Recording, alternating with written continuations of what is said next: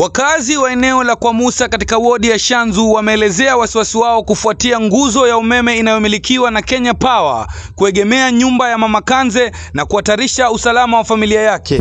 Tumeripoti sana mambo mengi kuhusu mambo ya Kenya Power, lakini wanakuja tu wakienda, wakaja wakati mwingine wakaja tuwekea hii nusu mlingoti hapa. Nguzo hiyo inadaiwa kuwa imekuwa ikisogea taratibu hadi kuanza kuathiri muundo wa nyumba hiyo.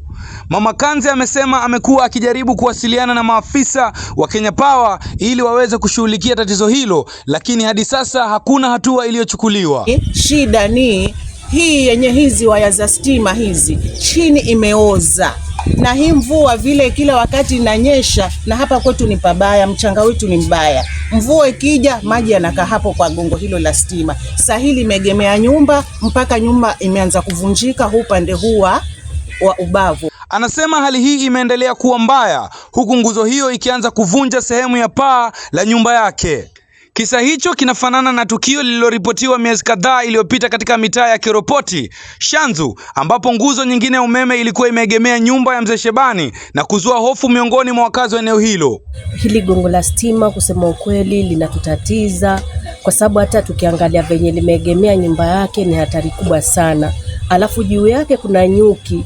Wakati jua linawaka sana, hata kukaa hapa ni shida kwa sababu nyuki wanashuka, wanaanza kututatiza, tunaanza kukimbia hapa na pale. Kwa mujibu wa familia hiyo, mvua zinazoendelea kunyesha pamoja na upepo mkali unaoshuhudiwa katika maeneo ya kaskazini mwa Mombasa zimeongeza hatari ya nguzo hiyo kuanguka.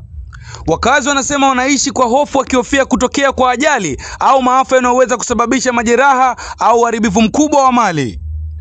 Wakazi wa Kwamusa sasa wanatoa wito kwa Kenya Power na kwa mamlaka husika kuchukua hatua za haraka kwa kukagua eneo hilo na kusimika nguzo salama zaidi.